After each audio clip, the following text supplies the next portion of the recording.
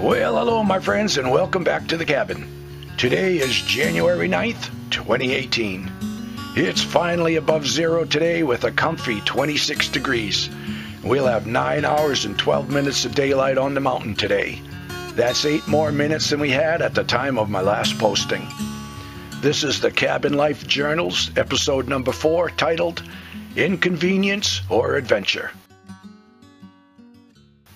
This morning started out perfectly. I woke from a solid night's sleep, refreshed and ready to begin my day.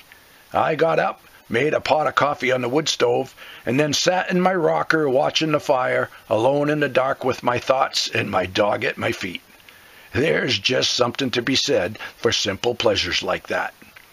By 8 a.m. I had breakfast gobbled up, the dog walked, and the ranger loaded with a basket of dirty laundry, a gas can, a shovel, a chainsaw, and a few other essentials required for an average trip down the mountain. I had a doctor's appointment in town, so I figured we'd get some clothes washed, restock the groceries, and upload a video while we were out. I had intended on taking the Skidoo, but chose the Ranger instead, which was the wrong decision for the day.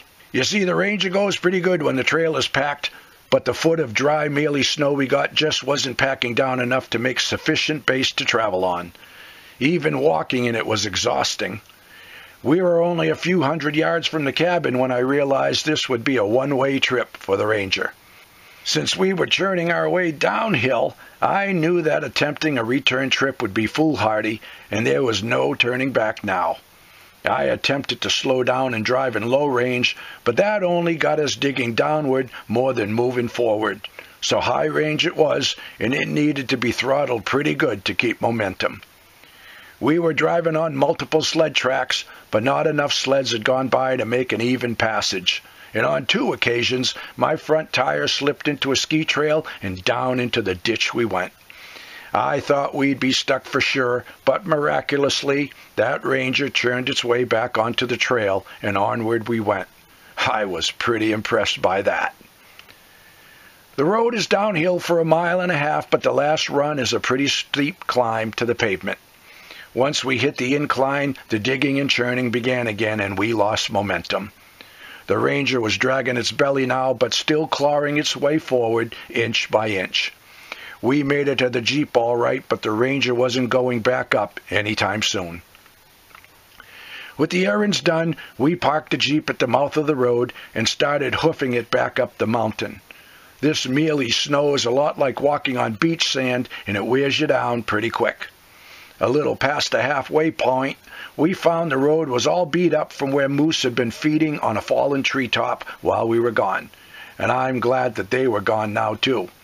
Moose are nice to see, all right, but I don't need to meet them on the road like that when we're on foot, especially if it's the 3 bulls we often see out here. Luckily, they had come and gone, and we had safe passage, so on to the cabin we went. It took 2 trips with the Skidoo up and down the mountain with the cargo sled dragging behind us. We got everything accomplished that we needed to and maintained a good attitude the whole time. It was kind of fun, actually, because the simple task of a mundane trip to town became a full day of adventure. Most people would see this as an inconvenience and find a lot to complain about, but the lifestyle I read about when I was a kid is the lifestyle I'm living now, and you just can't complain about that. That's just the way we look at it here in my neck of the woods.